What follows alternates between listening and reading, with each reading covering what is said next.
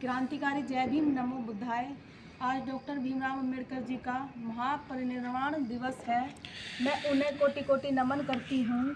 और आज हमारा बहुत ही दुखद दिन है और बहुत ही रोष के साथ हमारा आज दिन गुजरा है, क्योंकि आज हमारे बाबा साहब हमें हमेशा के लिए छोड़कर चले गए थे, जिन्होंने इस भारत को और महिलाओं को और दलितों को संविधान लिखा, संविधान दिया।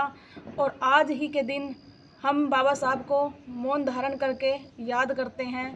हर महिलाओं के लिए अपनी जान तक कुर्बान कर दी। हमारे समाज के लिए जागरूक करने के लिए संविधान रचयिता डॉक्टर भीमराव अंबेडकर जी को आज कोई याद नहीं करता होगा, लेकिन जो बाबा साहब को मानते हैं उनकी आंखों में आज आंसू होंगे और आज वो अपने दिल से आंखें बंद करके बाबा साहब को याद कर रहे होंगे, क्योंकि वो उनकी अहमियत को और उनकी कीमत को जानते हैं कि हमारे बाबा साहब तब तक जीवित थे।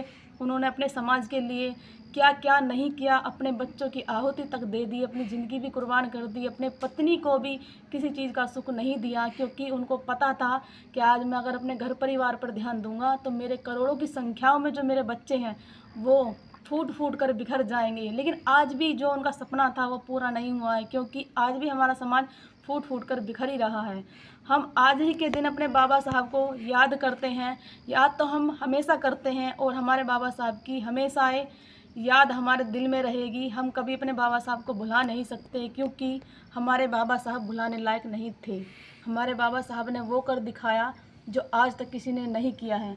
बाबा साहब ने जो किया है आज तक ना ही तो किसी ने किया है और ना ही आज तक कोई कर सकेगा। बाबा साहब का सपना था कि बहुजन समाज शिक्षित बने, बहुजन समाज को नौकरी मिले, बहुजन समाज का शासन हो, बहुजन समाज इस काबिल बन जाए कि सबको नौकरी दे। लेकिन कहाँ, यहाँ तो कुछ भी नहीं है।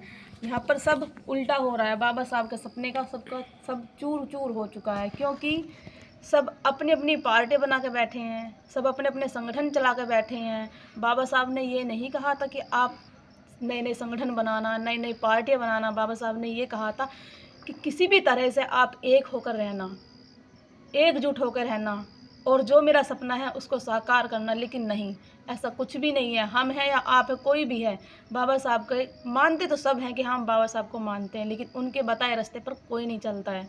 मानने के लिए तो कह दो कि हम उनको मानते हैं, हम उनको मानते हैं, लेकिन मानो तो तब होता है ना, तब उनके रास्तों पर चलें, उनकी विचारधाराओं को अपनाएं, जो वो लिख के गए हैं हम उन चीज़ पर उनको फॉलो करें, जो उन्होंने संविधान में लिखा है, जो हमारी बहन बेटियों को आज पढ़ना चाहिए। लेकिन नहीं, हम नहीं पढ़ते हैं, हमारी बहन बेटियां नहीं पढ़ती हैं, क्योंकि कुछ तो उनके फैमिली वाले नहीं पढ़ने देते हैं। आज ज़रूरत है तो बाबा साहब को समझने की, पढ़ने की, उनको पूजने की नहीं है, उनको समझना चाहिए, पढ़ना चाहिए। बहन कुमारी मायावती से अच्छा कोई भी शासन नहीं तो आया है, नहीं कोई लाएगा और नहीं होगा। इसलिए मेरी तो एक ही राय है कि सब आप बहन जी को सपोर्ट कीजिए। बहन कुमारी मायावती जी हमारे आदरणीय नेता हैं, आप सभी उनको सपोर्ट करें।